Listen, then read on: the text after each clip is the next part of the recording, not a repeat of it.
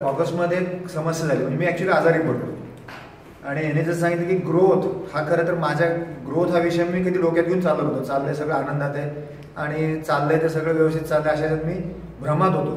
पण मी जेव्हा आजारी पडल्यानंतर ऑगस्ट सप्टेंबर ऑक्टोबर 3 महिन्यात काय झालं, ऑर्डर घेणारा मीच, लोकांच्याकडनं पैशासाठी वसुलीसाठी फोन करणारा मीच आणि लोकांचे पैसे देणारा मीच, परचेसवर म्हणजे लोकांना परचेसच्या पण रिक्वायरमेंट टाकणारा मीच आणि मी स्वतः कंपनीत नव्हतो. त्यामुळे गेल्या 3 महिन्यामध्ये सगळ्या गोष्टींच्या अडचणी यायला सुरुवात झाली. कॅश फ्लो बोंबलला, लोकांच्या ऑर्डर नाहीत, लोकांनी मागितले नाहीत म्हणून पैसे आले नाहीत, कारण कोणाकडनं पैसे यायचे मलाच माहिती.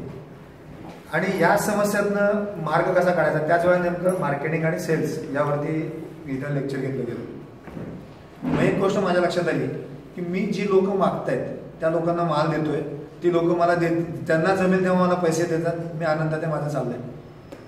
मग मी मिनिशी त्या विषयात बोललो की अशा अडचणी पण आहेत. त्यांनी सांगितलं अरे तू सेल्स आणि मार्केटिंग यातल्या काहीतरी गोष्टी करताय का तुम्ही? मी म्हटलं काय नाही, माझ्याकडे जे होतं ते सेल्सच होतं, मार्केटिंगसाठी मी पण काही घेत नाहीये.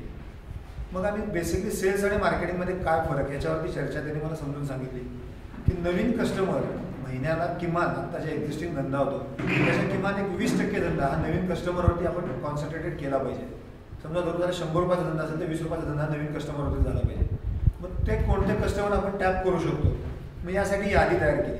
जसं राजाने सांगितलं की पूर्वीचे जे कस्टमर जे ABCD या कॅटेगरीमध्ये तुम्हाला सर मला शिकवतील, ज्यांचे पैसे रोखीत किंवा 7 दिवसात येतील ते A ग्रेडचे कस्टमर, ज्यांचे पैसे साधारणतः 15 दिवसात येतील ते B ग्रेडचे कस्टमर, ज्यांचे 30 दिवसात साधारणतः आपण म्हणतो की 30 दिवसात पैसे आले पाहिजे ते C ग्रेडचे कस्टमर, आणि ज्यांना वारंवार मागायला लागतं की बऱ्याचशा लोकांना असाच अनुभव आहे की पैसे मागितल्याशिवाय कोण देत नाही तर ते D ग्रेडचे कस्टमर. मग मी माझे पूर्वीचे 20 वर्षातले जे सर्व कस्टमर होते त्यांची यादी तयार केली, ते सेपरेट केले. मला A ग्रेडमध्ये कुठले, B ग्रेडमध्ये कुठले, C ग्रेडमध्ये, D ग्रेडमध्ये. मी आणि मिनिशने ठरवलं की मला A आणि B वरती कॉन्सन्ट्रेट करायचं. माझा कॅश फ्लो 3 महिन्यात जो डिस्टर्ब झाला आहे तो जर मला सरळ करायचा असेल तर मला कॉन्सन्ट्रेट A आणि B वरतीच कॉन्सन्ट्रेट करायचं की माझा माल विकला गेल्यानंतर थ्रूपुट टाईम माझा मॅक्झिमम 15 दिवस असला पाहिजे. मग त्या दृष्टिकोनातून मी प्रयत्न चालू केला. सुरुवातीला अवघड वाटत होतं की लोक जो माल माझ्याकडनं म्हणजे 30 दिवसाच्यात मला पैसे देत नाही, 45 दिवसाच्यात पैसे देत नाही, तर हे कसं शक्य आहे? विरोध माझ्या मनातनं स्वतः म्हणजे माझा स्वतःचा विरोध होता. पण मी सांगितलं काय तू प्रयत्न कर, होते. जसं राजाने सांगितलं प्रत्येक गोष्टीला का, त्याचा प्रश्न काय नसून का. मी त्याला सांगितलं हे शक्य नाही, हे कसं होईल? तो म्हणला का. तर काचं उत्तर माझ्याकडे नव्हतं. प्रयत्न करून बघ म्हटलं, मी प्रयत्न करायला सुरुवात केली. तर प्रयत्न करत असताना एक चांगली गोष्ट त्या ठिकाणी झाली की अरे समजा धरून चालला की हा माणूस मला पैसे वेळेत देत नाहीये, मला गरज होती, मग मी ह्यांच्याकडे जायला सुरुवात केली. माझी क्वालिटी जे चांगली आहे, माझे रेट जे चांगले आहेत बाजारात, तर आणि यांच्याकडे ती डिमांड आहे, तर त्यांनी मला त्या पद्धतीने मला तशा स्वरूपाचे कस्टमर मिळायला सुरुवात झाली. मग यासाठी पूर्वी जसं मी एकटाच काम करत होतो, मी सांगितलं तुझ्या हाताखाली एक माणूस तयार कर. दिवसाला हे जे तू कस्टमर वेगळ्या कॅटेगरी वेगळ्या केल्यास, दिवसाला तू कॉल रजिस्टर कर. रोजचे किती कस्टमर त्याने अटेंड केले, रोजच्या किती कस्टमरला त्याने कॉल केले ते कर. तो डेटा तयार करायला मी सुरुवात केली. मग रोजचा इफेक्टिव्ह कॉल्स किती झाले, म्हणजे रोजच्या कॉलमधून मला किती टनेजची ऑर्डर आली हे बघायला मी सुरुवात केली. मग त्यानंतर मी ठरवायला सुरुवात केली की ह्यांना मला माल द्यायचा आहे, ह्याला लवकर माल द्यायचा आहे. त्या प्रायोरिटी परत मी माझ्या डिसाईड करायला सुरुवात केली. पूर्वी मला लोकांच्या मागं जे लागायला लागत होतं की अरे बाबा तू माल घे. या केसमध्ये माझ्याकडे आज समजा धरून झालं की मी 100 किलो माल तयार केला, तर घेणारे माझ्याकडे 150 किलो या प्रोसेसमुळे तयार झाले. मग 150 किलो तयार झाल्यामुळं मला एक ऑपरेशनच्या माझ्या ऑपरेटिंग सिस्टममध्ये थोडासा ईज मला मिळाला की कुणाला मी माल द्यायचा आणि कुणाला नाही द्यायचा हे मी ठरवू शकतो. हा एक त्यातला मेजर मला फायदा झाला.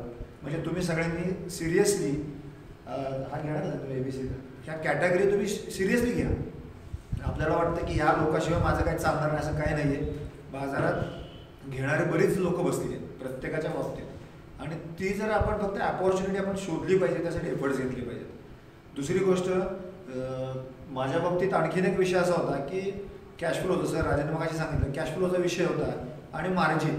सगळीकडे आज कसं आहे कस्टमर ड्रिव्हन मार्केट, लोकांनी सांगायचं या दरातच मला पाहिजे. तर मग त्यासाठी आम्ही चर्चा केली. तेव्हा लक्षात आलं की मी फक्त होलसेल मार्केटमध्ये मी माल देत होतो. म्हणजे प्रत्येक जिल्ह्याच्या ठिकाणी एक माझा कोणतरी एक कस्टमर असायचा, आणि मग तो जे दर मागेल किंवा जे बाजारात दर आहे त्या पद्धतीने मला द्यायला लागायचा. मग मिनिश म्हटलं अरे हा माणूस तू ज्याला माल देतोस तो कुठं देतो? मग तो बाकीच्या छोट्या छोट्या दुकानदारात देतो. मग त्याच्यापर्यंत आपण जर पोहोचलो तर काय होईल, त्याचा काय डेटा आहे का? तर माझ्याकडे डेटा होता पूर्वी, आपण तो करतो. मग तिथं मार्जिनमध्ये काही फरक पडतोय का? पडतोय. मग त्या ठिकाणी येणारी कॉस्ट आणि आता आपण होलसेलमध्ये देत असताना जी कॉस्ट त्यामध्ये काही फरक पडतो का? पडतोय. मग सगळे खर्च जाऊन आपल्याला ते परवडते का? तर ते लक्षात आलं तेही परवडते. मग आम्ही त्या पद्धतीने काम चालू केलं. ठराविक 1 ते 1.5 महिन्याला काही रूटला 1.5 महिन्याने माझा आता माणूस जायला लागला, काही ठिकाणी 1 महिन्याला जायला लागला. या पद्धतीने काम चालू केल्यानंतर मला नॅचरली एक गोष्ट लक्षात आली की नवीन नवीन कस्टमर ॲड व्हायला लागले. आपण जेव्हा फ्रिक्वेंटली त्यांच्याकडे जायला लागलो, एक रॅपो डेव्हलप व्हायला लागला आणि त्या रॅपोमुळे परत मला रिपीटेड ऑर्डर यायला लागल्या. लोक गेल्यानंतर आपण पैसे द्यायला लागले. आपण पूर्वी कसं जेव्हा फोन करायचो तेव्हा लोक मग त्याच्या सवडीप्रमाणे पैसे पाठवायचे, पण आपला माणूस त्याच्याकडे जायला लागल्यानंतर हा एक मला फरक पडला.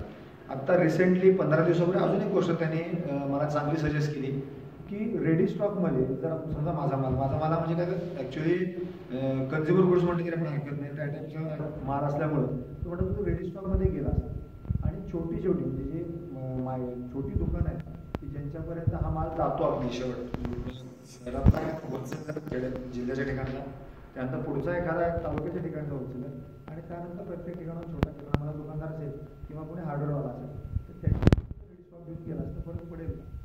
गेल्या 2 आठवड्यात हा प्रयत्न केला आणि सांगायला हरकत नाही की मला जवळजवळ किलो मागं 5 रुपये वाढून मिळाले. म्हणजे 2 आयटममध्ये मला अशा 2 टूरमध्ये जाऊन मला हरकत नाही की 15 ते 20 हजार रुपये मला वाढून मिळाले. हा एक आता शेवटून मोठा फायदा झाला. आणि हे जर कंटिन्यू राहिलं तर मानेचे कॅशफ्लो कारण नसताना जमीन बढवत असतो.